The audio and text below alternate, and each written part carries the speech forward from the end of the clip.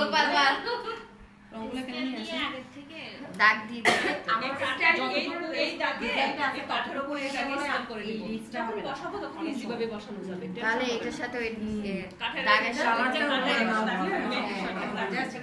দুই পাশে দাগ দিতে হবে। বিশেষ করে চিরা হয় আপনার পরে দিয়ে তাহলে এই দুটোটা আজকে ক্লাসে তো এটা একটা না না কাপড়ে দাগ দিতে মানে চা বানাবো কাপড়ও দিতে হবে এখানেও দিতে হবে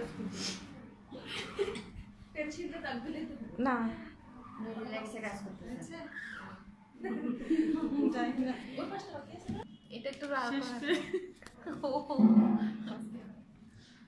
আপু এটার পরিমাণ কত দিব? জাস্ট অল্প একটু করে দেন। বাইন্ডারটা অল্প।